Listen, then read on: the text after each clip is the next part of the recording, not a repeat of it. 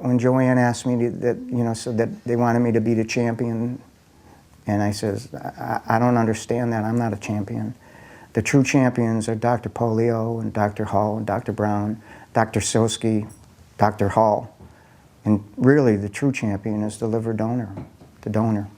Because without that, although all the other things are very, very important, without the organ itself, it doesn't happen. I see trees of green, red roses too. I see them bloom for me and you. And I think to myself, what a wonderful world. We weren't very concerned with his health because he looked fine, and so I guess a part of me, I believed it, but I didn't believe it. The latter half of 2003, beginning of 2004, I started showing signs. I had a big time pain in my groin because I couldn't walk with the pain like that, and I researched to have an operation done to relieve that pain. And actually, Dr. Polio said to me, "Dear David, you don't want to do that. It could be life-threatening." Well, all of a sudden, it became scarier. All of a sudden it was like he was very fragile. This could be very serious. I had the surgery done. It was a day surgery.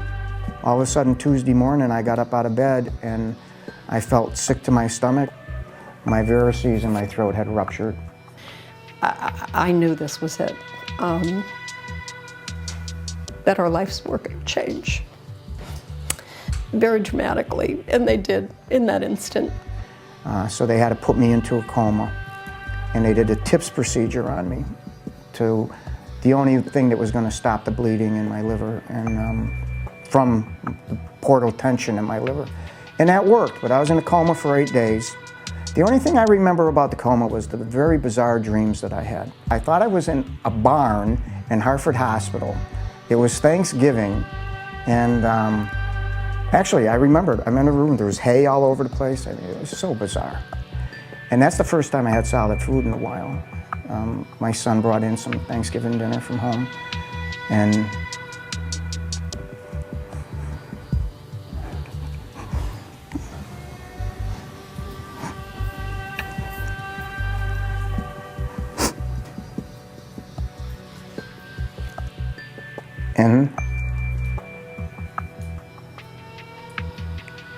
And then the process started to go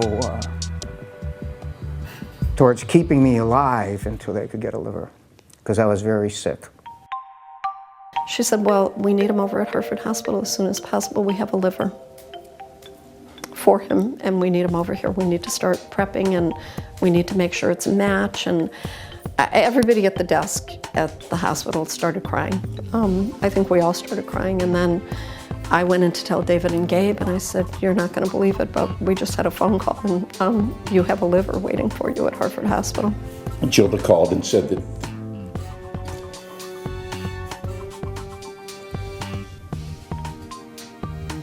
that they had a liver for David. I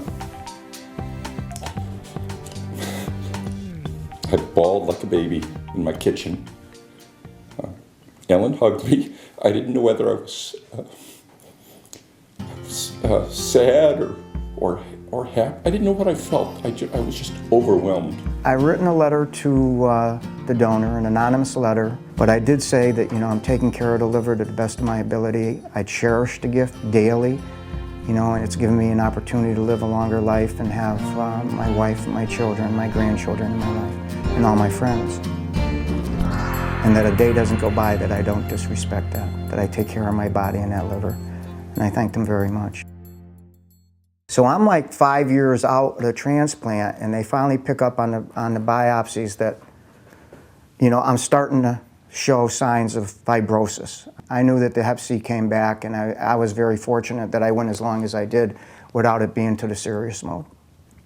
So Dr. Polio with Dr. Silsky from Yale New Haven were able to get me cleared somehow to go on the new 3-drug regimen, which is interferon, ribavirin, and preceptivir.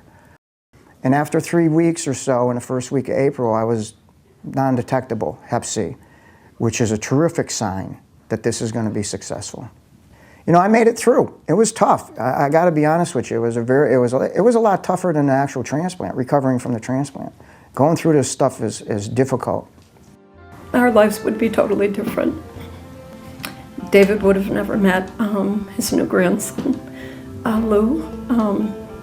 I know I'd have all our friends that are here and my family, but my life would be totally different without David. You know, Alex Huxley gave an address at, I think, West Virginia at a graduation one time. He said, if you ever see a turtle on top of a fence post, you know he had help, okay? And the fact of the matter is, if you see me walking around this room with a brand new liver in my body, you know it's because I had help. And that help does not come cheaply. I want to say that to everybody here in the audience today, please be as generous as possible. Without research and money for the American Liver Foundation, none of this would have happened for David. So be as generous as possible. Thank you. Yes, I think to myself, what a wonderful